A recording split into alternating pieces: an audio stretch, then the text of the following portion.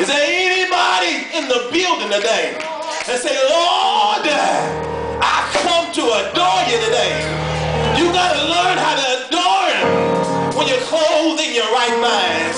Is there anybody in here that say, preacher, I came here just to adore the Lord in my triumphant situation? You got to adore him in triumph situations. But that's not the only way you adore him.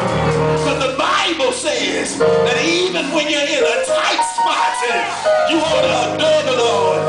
Read on down where we stopped off in chapter 1 verse 41. Because the text says when Mary went to Elizabeth's house, Elizabeth was expecting John, but Mary was expecting Jesus.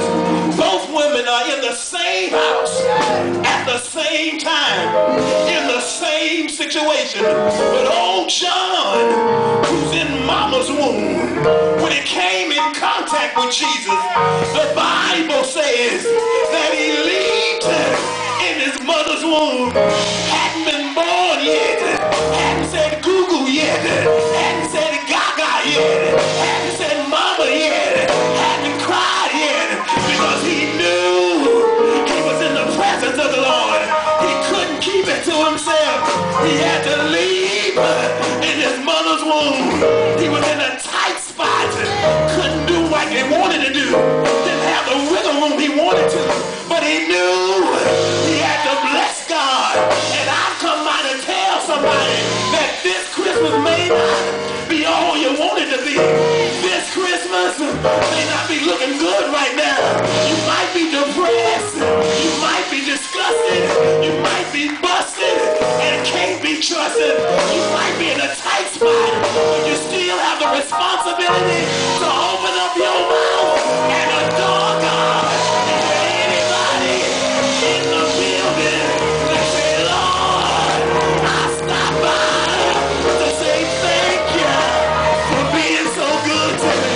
Say yeah, yeah. You might be in a tight spot, but I dare you to leave right where you are. The money may be funny, but I dare you to leave right where you are. Say yeah, yeah. He died. Didn't he die? Stayed in the grave all day Friday. He was in a tight spot. Stayed in the grave all day Saturday. But early one Sunday morning, he got up. He got up. He got up. Say yeah. Say yeah. Say yeah.